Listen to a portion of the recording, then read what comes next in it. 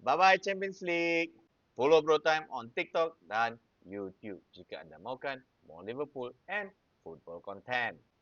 Apalah yang boleh aku katakan pasal game semalam. Kita score a very good goal daripada Dominic Szoboszlai di minit ke-74. What a goal. Donnarumma tercegat kat situ. Selepas kita menjaringkan free kick tu, kita main macam kita dah menang. Kita sit back. Dan of course, taktik ni akan menjerat diri sendiri. Cuma memerlukan two basic errors cost us again. Dah lah, first half tu kita main boring gila. Memang macam nak tidur lah. Memang mengantuk. Second half, kita suddenly main more direct. With more intensity. Tapi lepas kita score tu, kita sit back. Hai. Lepas tu, kena bogey. First goal, defensive error. Dominic Szoboszlai tak jaga line. Bernardo Silva score. Simple defensive mistake. Second goal, Alisson masuk tak tentu arah. Aku pun tak tahu kenapa dia masuk. Dia tak perlu masuk pun benda tu. Tapi dia masuk juga.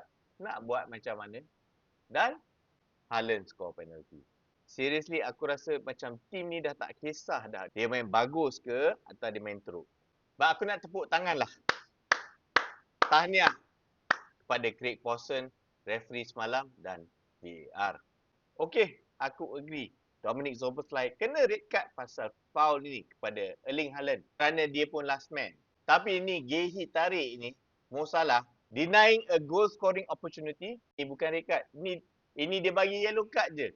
Yellow card. Apalah baju dia koyak bai. Yellow card. Tarik baju last man. Terbaik. Kita kena bagi tepuk tangan lah kepada VAR. Dan referee. Tahniah. Referee England is the best. Khamis ni, kita lawan Sunderland. Away.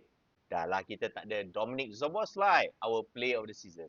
Aku boleh bagi tahulah kepada korang.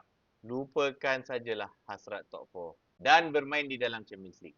Aku pun tak terkejut kalau kita kalah atau seri game ni. Dah tengok sajalah.